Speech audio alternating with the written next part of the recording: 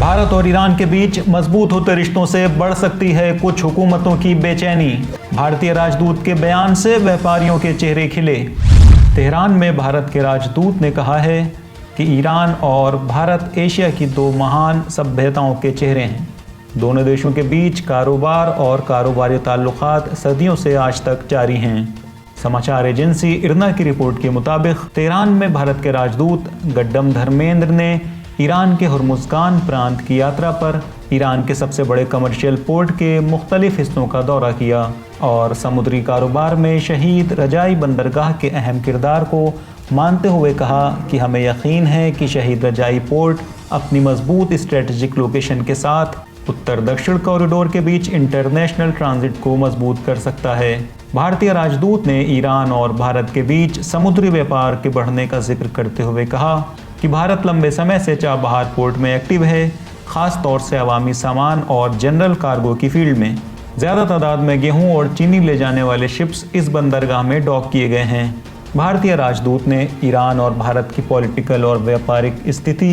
और बंदर अब्बास, चाबहार और मुंबई के बंदरगाह के बीच समुद्री रास्ते की निकटता का जिक्र करते हुए कहा कि तेहरान में मौजूद दूसरे देशों के राजदूतों से होने वाली वार्ताओं में हम लगातार इस बात की कोशिश में हैं कि एशियाई देशों को इस स्ट्रेटजिक पोर्ट की तरफ अट्रैक्ट कर सकें और उन देशों के बाज़ारों के रुख को शहीद रजाई, चाबहार और मुंबई बंदरगाहों से उत्तरी कॉरिडोर की ओर मोड़ सकें। गड्डम धर्मेंद्र ने तेहरान को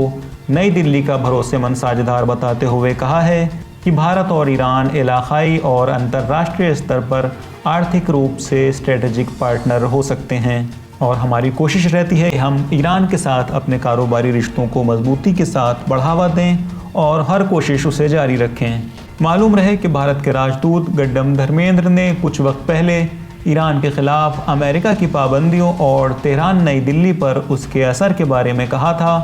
कि अमेरिका के प्रतिबंधों के बावजूद ईरान व भारत ने अपने रिश्तों को महफूज रखा है और नई दिल्ली पाबंदियों के दौरान भी तेहरान के साथ है। उन्होंने ईरान से तेल की खरीदारी को भारत की लॉन्ग टर्म स्ट्रेटेजी बताते हुए कहा था कि भारत में अनेक बड़ी रिफाइनरीज हैं जिन्हें ईरान के तेल की क्वालिटी के मुताबिक तैयार किया गया है और ईरान से तेल ना खरीदने की वजह से इन रिफाइनरियों को काफ़ी नुकसान पहुंचा है। उन्होंने ये भी कहा था कि रुपये रियाल के इकोनॉमिक मैकेनिज्म ने किसी भी दूसरे इकोनॉमिक मैकेनिज्म से पहले अपना काम शुरू कर दिया था और इस समय भी ये मैकेनिज्म काम कर रहा है। उन्होंने ये भी कहा था कि रुपये रियाल के इकोनॉमिक मैकेनिज्म ने किसी भी दूसरे इकोनॉमिक मैकेनिज्म से पहले अपना काम शुरू कर दिया था और इस समय भी ये मैकेनिज्म काम कर रहा है। सब्सक्राइब करिए विलायत न्यूज़ को ताकि ऐसे ही अहम खबरें हम आप तक पहुंचाते रहें।